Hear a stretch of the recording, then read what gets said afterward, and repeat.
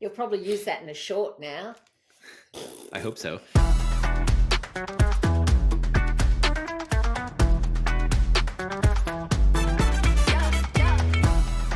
Hey everybody, welcome back to Marketplace Growth by Accoil. This week we're talking about activation and engagement in your SaaS products. And we're going to cover down a few things that are really important to know about this, including why activation and engagement are different and how you can approach them in growing your business.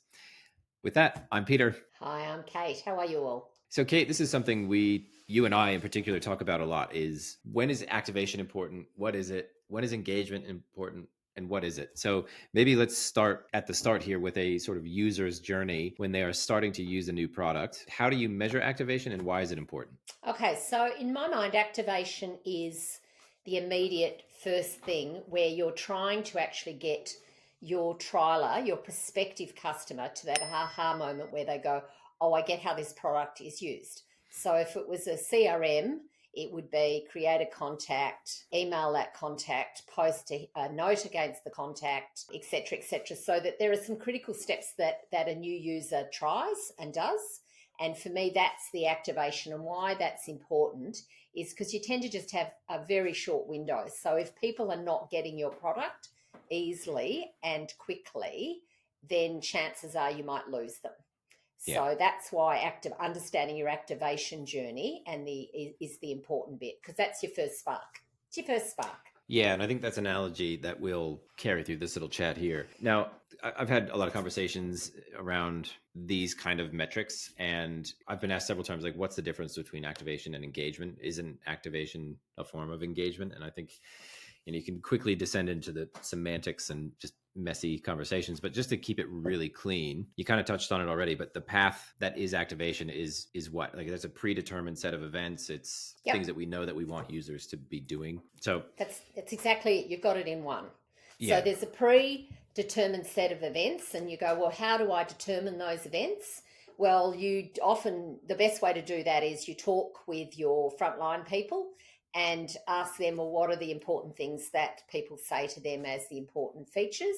And they usually are your things for getting activated. And there's a logic to it. So going back to Accoil with our form builder, for us, it was about creating a form, putting questions on that form, publishing the form, and getting someone to fill in the form.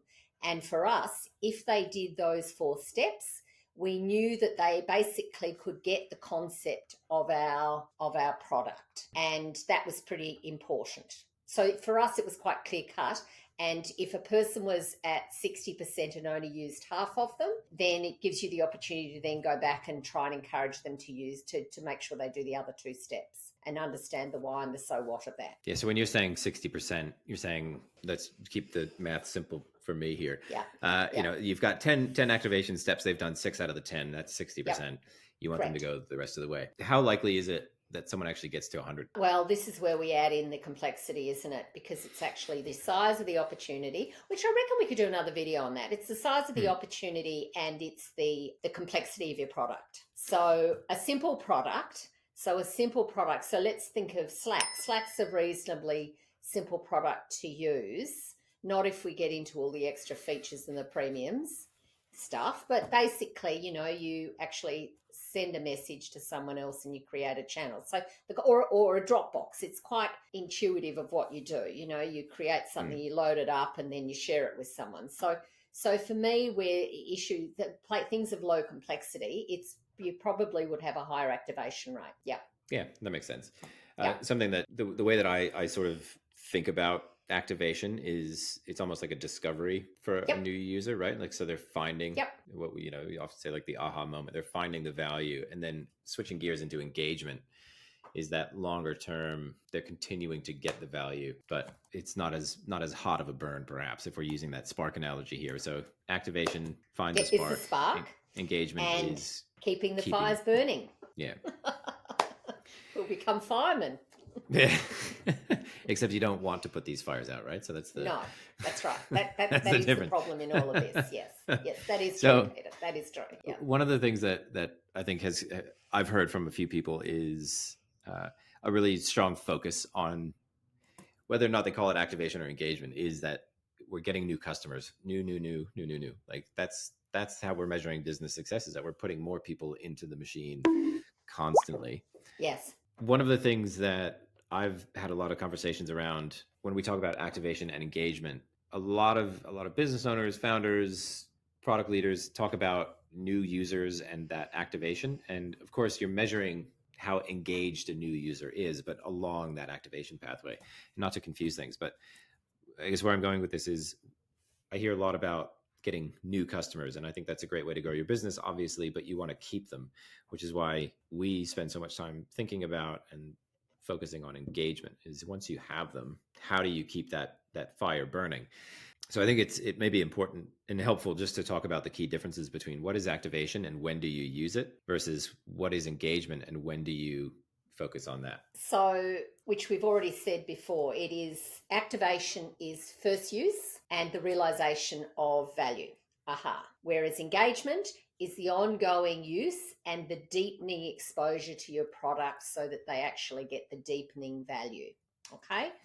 Durations, activation is a moment, it's a short-term process, it's a spark. Engagement is the longer-term continuing engagement, interaction.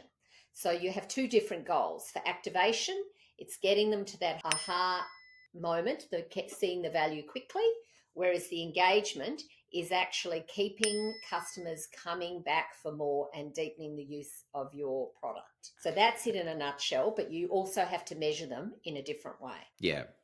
And I think before we go too far into the weeds on how to measure all of that, I think just keeping it at a high level, it's, really important. And this is something, again, we're really thinking about this with Accoil Analytics. We thought a lot about it with Proforma. It's how do you marry the two and how do you build out that end-to-end flow?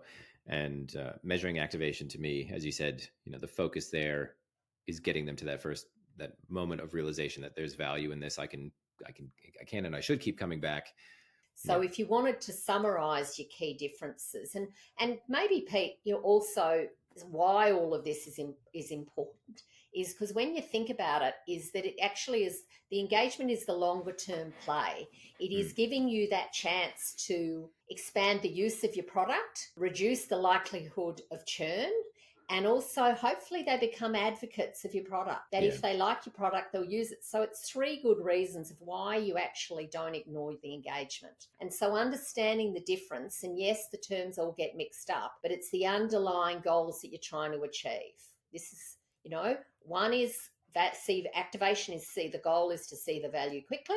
Mm-hmm. And in engagement, the goal is to keep your users coming back and doing more with your product. Yeah, I agree. Just to put it a bit differently, this is just how it sort of shows up in my head is, activation, new users, that's a fantastic way to grow. But then once you have those customers, you've mentioned this a lot, and I've learned this from you in particular, to think about your current customer base as a compound growth, right? So the more users and more accounts you can add to that pool of engagement that you're measuring here, the more that compounds on itself. And as you said, you kind of have you have expansion opportunities and advocacy. So this all just, to me, speaks to how you grow a business in a very consistent, maybe not the most exciting thing, but nice, steady way, right? But it also begs the difference of how you organize yourself. Just hopefully when we think about that is so that you actually have two profiles, two focuses of work. Yeah. One is on the new user, the tenure of how long and how quick, you see how they're in that space for a certain time, and then you click them into the next profile. So you actually manage. We're always talking about your ideal customers, but when you actually do have your customers, how do you actually keep your ideal customers? So understanding and segmenting into, there's the time frame, there's the use. So there's so many possibilities here, which is quite exciting. I love this stuff, Pete. I love this stuff. Oh, yeah. I love it too. All right. Just to wrap us up here. So we talked about activation and engagement, how they're different, what the different goals are for them, why it's important to sort of separate the two, but it is one continuum. Is there any, sort of parting words of wisdom that you'd like to share just to close us out, Kate? Well, there's always the saying, but if we just go in a nutshell, your metric example is your completion of your onboarding steps. So you're quite clear on your product, 6 steps, and I want my target, I want to get to 3 of them. So you measure the events and you watch the events to see what people are doing when they're new trialists. So that's that metrics. The other metrics, the engagement metric, I think is actually a bit harder to build if you're building it manually. So I do like a good system, but that is where you actually have your regular use of your core features. So for me, that would be like your engagement score. So that is your priority features that you think are the most important, where people find value in them and that they use them often, and that actually will give you some form of an engagement score. So one is your activation steps, your activation, and the second is your engagement score. Quite different. Yeah.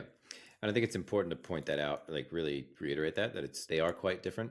And we've talked about this before too, in that activation, during that activation period, the way that people behave and engage with the product can be very different from what it looks like for them long term, right? Where, going back to pro forma, building lots of forms, once you've built your forms, you don't need to keep building them over and over again. That was the beauty of the product. So you see a different set of engagement metrics and activities that you want to be tracking. So it's important to draw that line between the two, I think. Yeah. Cool. And ultimately, this is all about growing revenue. So getting more users, keeping those users, expanding on that user base. So activation and engagement are two very important metrics to measure in any SaaS business. All right.